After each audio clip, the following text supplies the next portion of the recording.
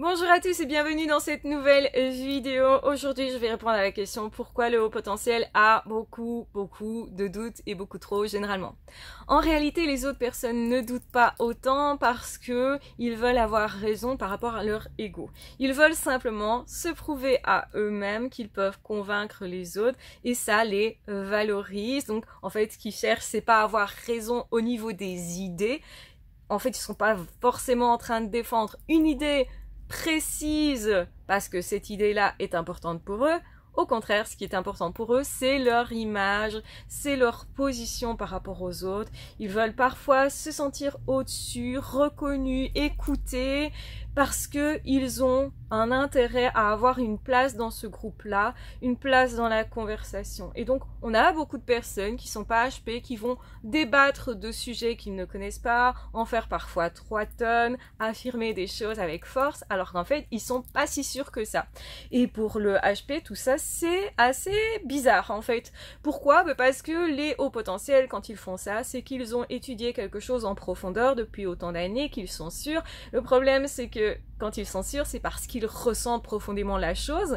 Donc c'est beaucoup plus de l'ordre du ressenti, même de l'intuition. Parfois ils ont des intuitions profondes et ils vont se dire « Ah, cette théorie-là, je peux pas l'admettre pour vrai parce que c'est incohérent. Ça ne résonne pas en moi. Ça, avec tout ce que je connais, en fait, ça ne s'emboîte pas. » Et donc ce sont des ressentis et parfois il n'arrive pas à étayer son idée en disant « J'arrive pas à contre-argumenter ». Alors que pour lui, c'est évident. Pour les autres, ça ne sera pas évident. Et l'enjeu, comme je l'ai dit, n'est pas le même. Le HP, quand il sait quelque chose, il peut s'affirmer. Mais c'est assez rare finalement qu'il affirme clairement des idées parce qu'il sait en même temps que c'est pas parce qu'on a une idée que l'autre ne peut pas avoir un autre point de vue qui parfois est juste aussi. Et du coup, il va avoir plus de mal à se montrer, ou à affirmer des choses, ou à se mettre en lumière lui, alors qu'en fait, son étude est plus profonde que celle de l'autre. Donc ça, malheureusement, ça a des impacts sur le monde, sur le fonctionnement des sociétés, dans le monde du travail, en fait, sur plein de choses. C'est-à-dire que souvent, le HP a la solution et n'en parle pas. N'ose pas justement dire « Ah bah si on faisait comme ça, ça devrait fonctionner parce que en théorie, dans ma tête, tout s'emboîte. Donc ça veut dire que là, j'ai la solution. » Et souvent, ils fonctionnent comme ça, ils trouvent des solutions par la réflexion avant de commencer à agir. Alors que les personnes qui ne sont pas HP vont d'abord chercher des solutions en faisant. Et vont parfois tomber juste, mais d'abord ils vont tester des choses. Or, quand le HP voit que les autres commencent à écrire, commencent à faire quelque chose, il se dit, celui-là, il sait où il va.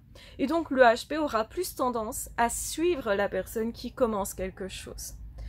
Et malheureusement, il va constater après coup que cette personne ne savait pas du tout où elle allait. Et c'est assez surprenant pour une personne au potentiel qui justement a beaucoup trop de doutes généralement.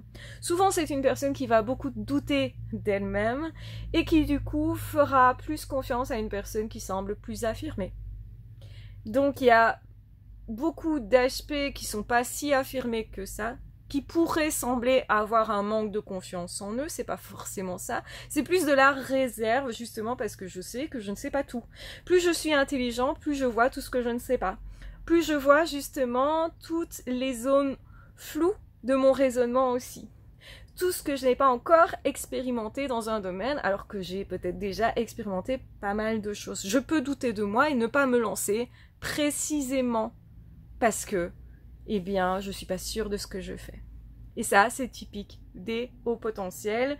Et justement, du coup, les HP auront tendance à ne pas prendre les rênes là où ils pourraient, justement, eh bien, réussir quelque chose, s'épanouir et aussi, justement, briller. Et justement, un surdoué peut se dire « Est-ce que je mérite de briller ?» Il y a aussi cette question qui généralement perturbe beaucoup moins les autres parce qu'ils se posent moins de questions sur leur mérite Et c'est pour ça que les surdoués peuvent s'auto-saboter, malheureusement, rester dans l'ombre plus facilement, douter plus facilement d'eux-mêmes ou de ce qu'il y aura après. Parfois, ils ne font pas les choses parce qu'ils ne savent pas ce qu'il y a derrière, alors que généralement, ça n'inquiète pas la plupart des autres êtres humains. Voilà un petit peu comment je peux répondre à cette question qui est super importante, effectivement, et qui cible mieux aussi le problème du haut potentiel et de son épanouissement.